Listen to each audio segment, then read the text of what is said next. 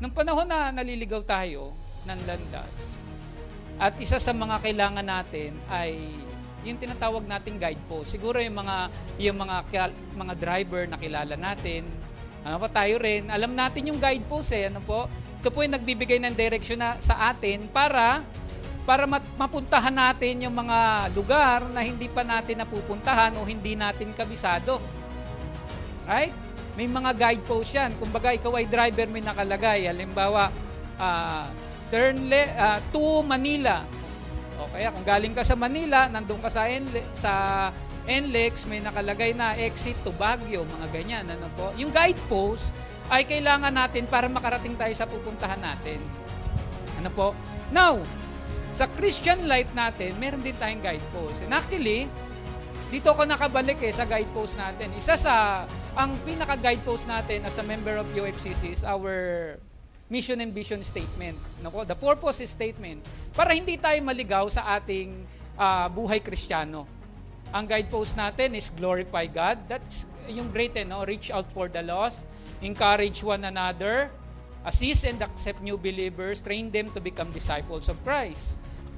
Yun yung mga guidepost natin para hindi tayo maligaw. Kasi ito yung nagpapaalala sa atin kung saan dapat tayo tumungo. Now, there are instances na kahit andyan yung guidepost natin, namamali pa rin tayo ng daan. Tama? Kahit na may guidepost na namamali tayo ng daan. Bakit? Because of madaming mga bagay na nakaka-distract sa atin.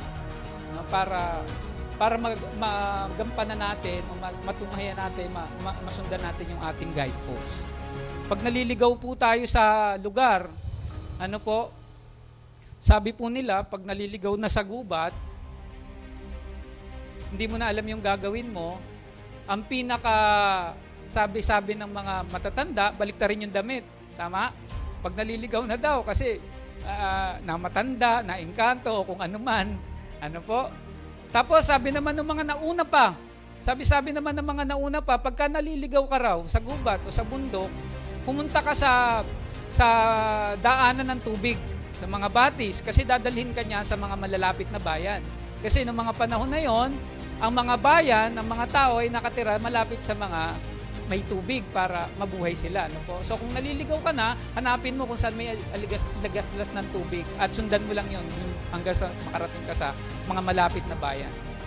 Pero isa sa pinaka magandang tandaan natin kung tayo ay nawawala sa direksyon, naliligaw tayo, ay balikan natin yung ating dinaanan. Balikan natin kung saan tayo nagmula. Tama? Kasi naliligaw ka na, hindi mo na alam ang gagawin mo. Let's go back to the start kung saan tayo nagmula. At muli tayong mag-move forward pag nakabalik tayo sa simula. No?